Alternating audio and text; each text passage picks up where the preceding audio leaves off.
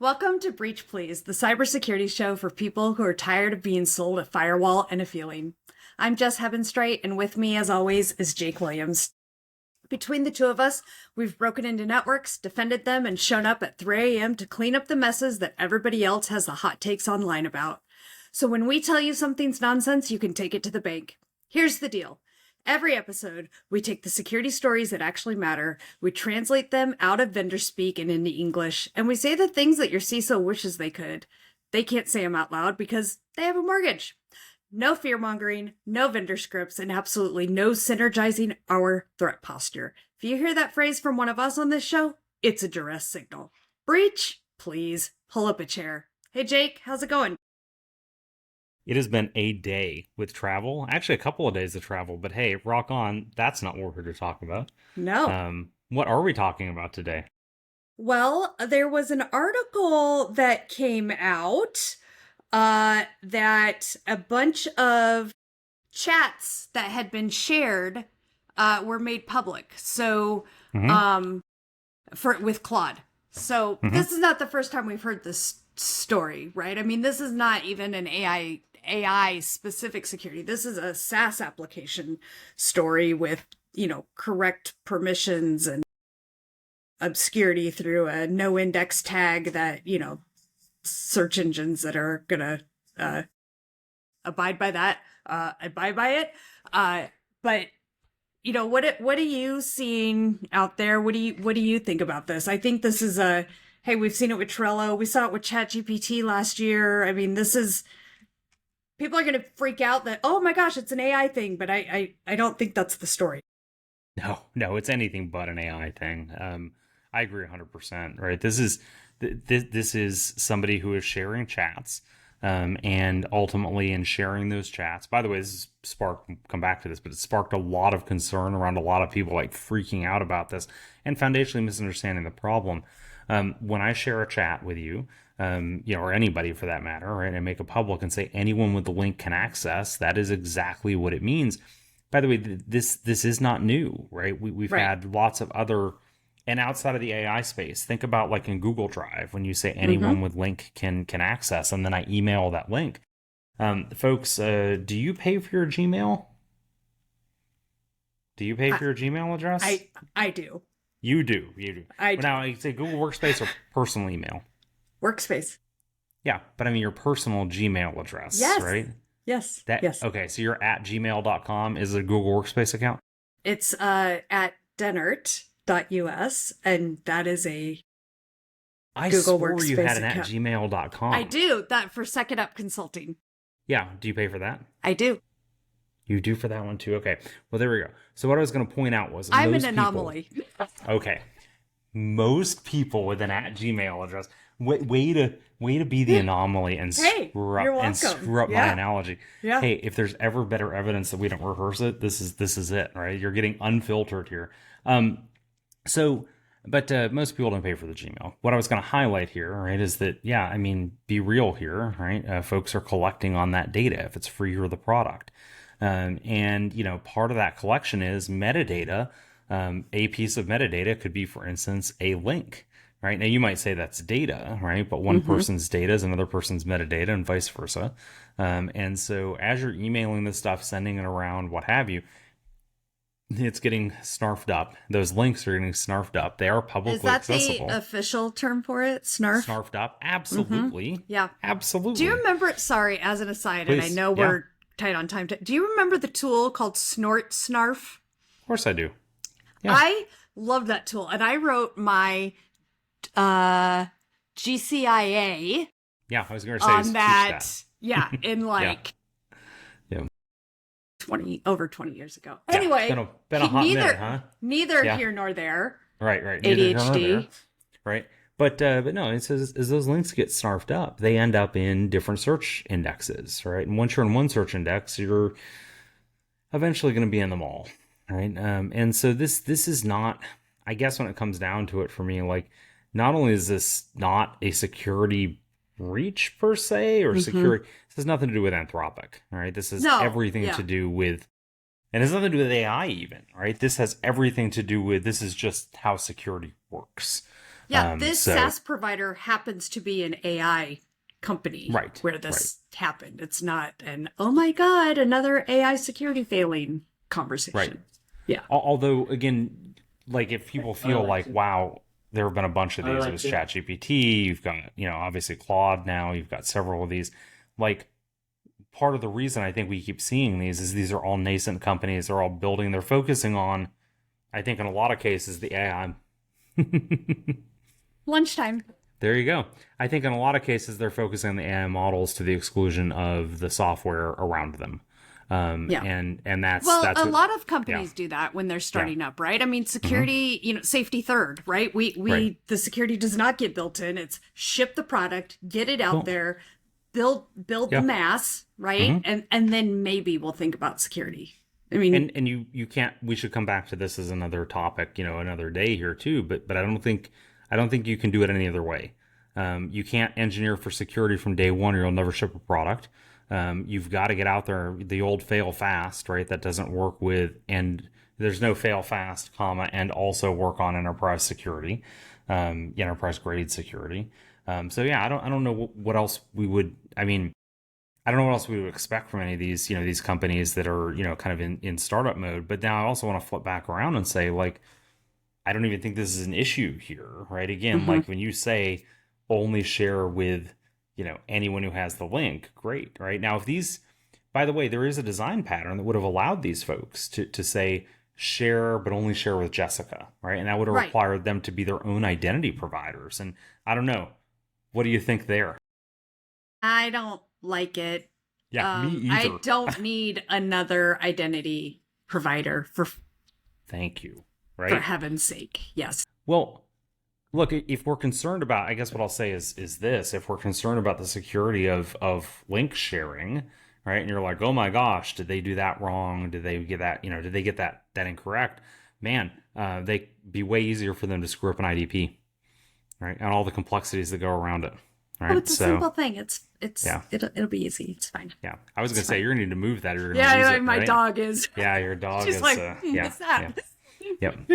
Yeah. So we're recording on the evening of the evening West Coast, or sorry, evening East Coast. Jessica's on the West Coast, and apparently is doing a late lunch. But yes.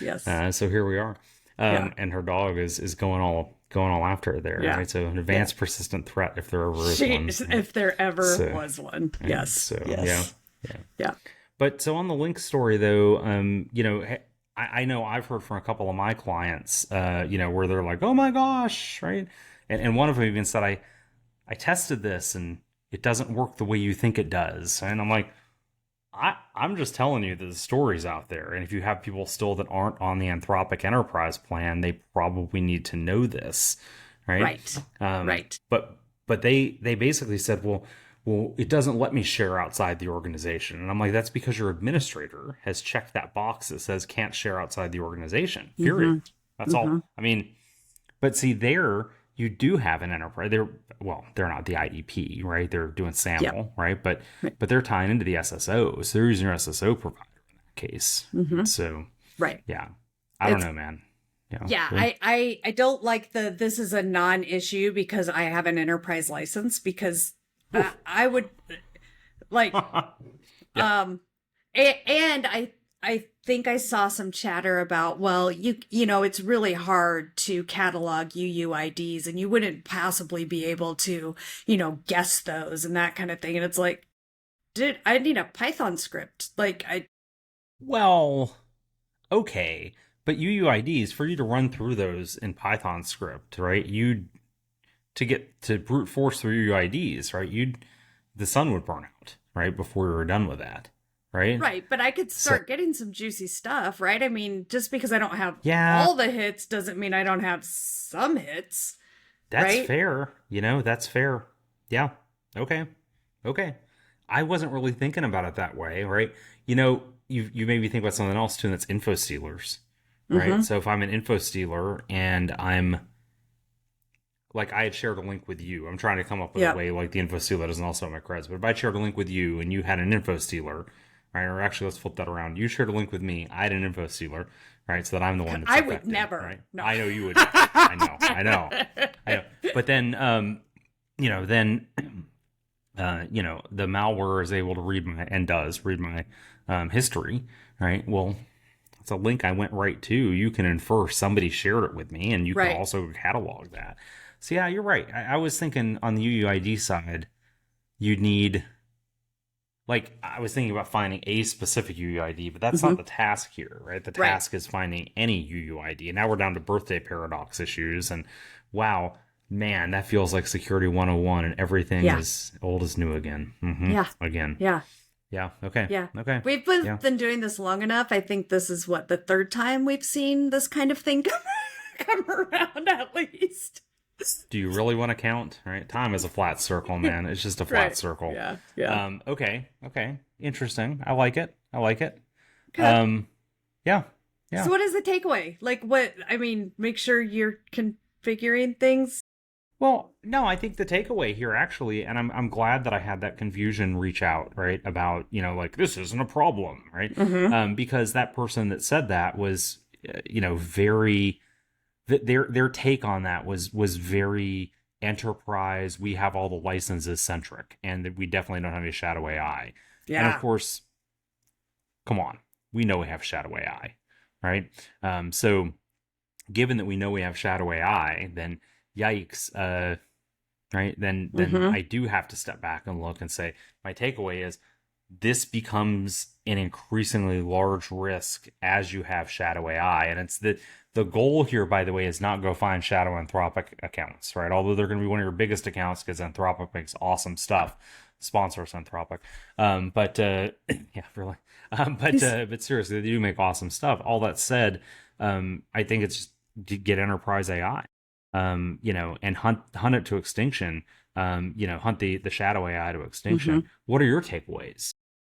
I think similarly, but also just making sure I'm educating my user base that when I click the yes, anyone with the link, anyone who gets the link Right, can then access, right? And what right, does that actually mean? Because I think it's similar to, like, the EULAs and all of that kind of stuff. People just click right on past it, right? And they're not thinking about it. And so, that article referenced, legal chats and those kinds of things. And so, yeah, just like, don't put something in an email you don't want seen later, right? Like, yeah. we need to be thinking about these things as well, because if you're sharing it and it's telling you anyone with the link, it literally means anyone with the link.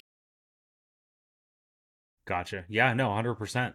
And I think that's a good. I like your education point. I was thinking much more. I was still stuck in the enterprise side of, like, fix the enterprise AI problem. But I think you really have a good point there, which is train. Use this as a catalyst, right? This isn't, because if I walked up on any given day and I was like, make sure you know that when it says anyone with a link, it really means anyone, right? Mm-hmm. I'd expect people to look at me like I have three heads. But Mm-hmm. using this as a catalyst, using a story as like, hey, there's a lot of confusion about this, and I was Yeah. talking to others in enterprise, and there's a lot of confusion about this. Like, make sure you understand, and likewise, now that I'm thinking about it more through the enterprise tooling lens, I don't know why I didn't start there, honestly, but thinking about it more through the enterprise tooling lens, there are a lot of organizations that you can't share, right, in an Mm-hmm. enterprise tool, and so that you can't share externally outside the External. organization, Right. right? Right. And so that assumption of I shared, but it can't leave the four walls, right?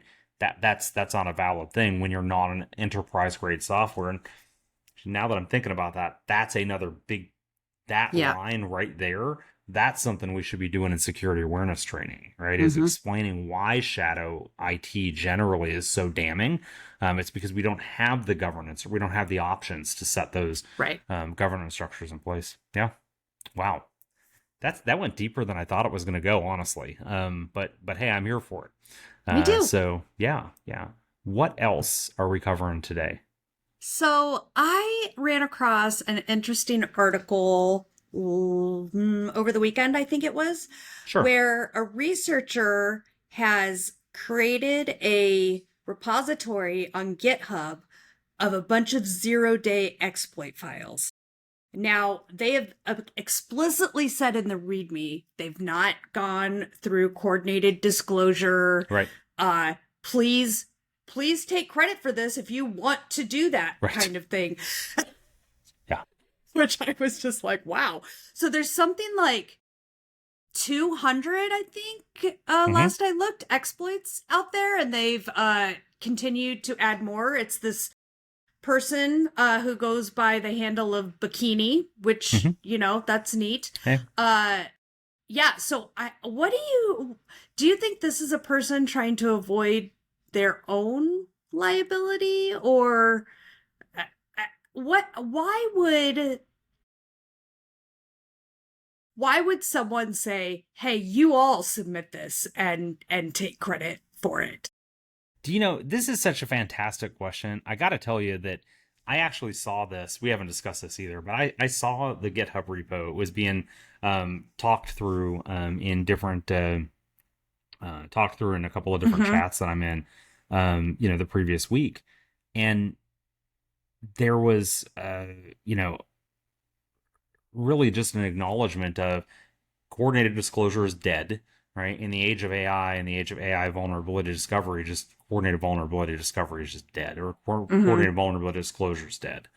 I think this was a bit of a YOLO move. I don't think it had anything to do with liability. I think it was exactly that. Okay. The gentleman did, I say gentleman, excuse me, the persona, whoever this individual is, did actually say in their GitHub repo that they thought the exploit broker market is gone too, right? So the idea of I find an O-Day, I sell it to a weaponized exploit, I sell it to an exploit broker, and they sell it to somebody else.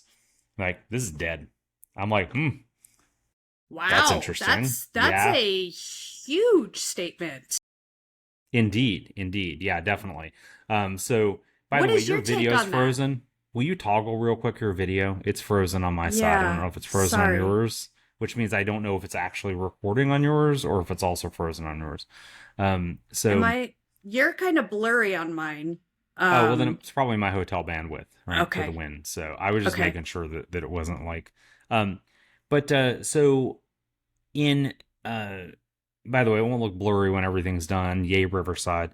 But yeah, so I think if I had hypothesized what happened, I would guess that this individual was on to some number of exploits, some number of vulnerabilities that they've weaponized. They then turned around and said, let me see if I can sell some of these. Exploit brokers kind of laughed at them and like, you're the 8th person to bring me this, whatever. And then they're like, YOLO, let me dump everything that I have seen, know about, ... really to make the point that this just is something that just is a business model isn't happening anymore. I could be completely off base there, but I don't know. What are your thoughts? I didn't see that piece, and this is fresh news to me. There are huge implications there, right? I mean, we've talked for so long how part of the drive, right, or the market space here is the cyber criminal aspect of this is a revenue generating event of coming up with exploits, selling them. Used to be. It used to be. And so I hadn't, in all of the vulnapocalypse and we have to move faster and all of these kinds of things, like my brain didn't even start thinking about those economics of this marketplace. And it'll be really interesting to see if we start having more of these kind of mass dumps on a GitHub repo or similar, rather than, and then that exploit market truly collapsing. And they always, things always evolve, right? So there's going to be a vacuum that's created. What's going to come in to fill that vacuum then? Why? What's coming in to fill the vacuum is the LLM assisted vulnerability discovery, right? What you're seeing, though, if you look through that repo, it's open source, right? It's a ton of open source, which is what LLMs are good at. Yeah. What LLMs are good at. It's what they have the most training data for. Now, that may change over time, but I still think there's a market for. If you've got a weaponized exploit chain for a hypervisor escape, or SMB or RDP for Windows, or MSRPC, or iOS, Android, right? Like the big ticket stuff, there's still going to be a market for that. And if anything, the cost might actually go up around those. Because of the scarcity, because that's where it's focused now. I don't think it's just scarcity, right? You may not have the source code to those, but guess who does, right? The people who maintain and secure it. Yeah. And so like Microsoft, I don't have any inside knowledge on this, but I can't fathom Microsoft hasn't turned Mythos on, the Windows code base, right? And said, go forth and find. So the, at the same time that like there's a ton of, open source vulnerabilities around, you then also have the second problem of, it's that much harder to find stuff in the closed source packages. So right. I don't know. We'll see. I mean, what's in our last minute or two here? What's the enterprise takeaway?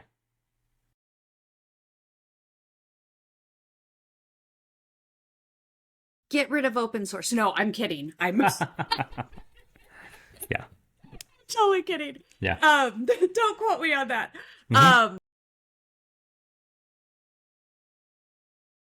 Gosh, I'm having trouble coming up with like something succinct. Right. Well, but I'm saying, like, you read this, today or yesterday, whatever. How does this change what you were doing the day before, right, to now? I don't think it does. Doesn't. Right. It doesn't. I have awareness, right? Yeah. But I'm not changing necessarily a process. I'm not, because I'm already, in a lot of cases, have a supply chain process that I've had to exercise over and over and over again this year already. And so it seems like, these libraries like curl and, the other ones in this repository, I'm going to exercise that I'm already had practice with earlier this year. Yeah. So. Yeah. Yeah. I think that's where I'm at too. There's not much that changes here other than awareness.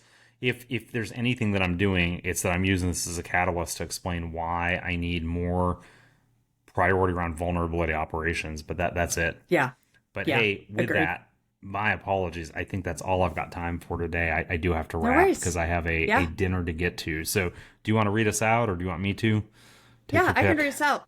So everyone, that's the episode. Did we make you smarter? Tell a friend. Made you mad? Tell your vendor. Breach Please is a production and copyright of JWJH Media LLC, all rights reserved. Now, legally, the opinions of our hosts are our own, though we are an LLC, so honestly, are they? Anyway, the opinions of our guests are theirs alone and represents nobody's employer, client, or official position. None of this is legal, financial, or security advice. Do your homework before pointing anything we said at Prod. Thanks for listening. Go patch something, make a threat actor's life suck just a little bit more, follow the 3-2-1 rule, and see you next time on Breach Please.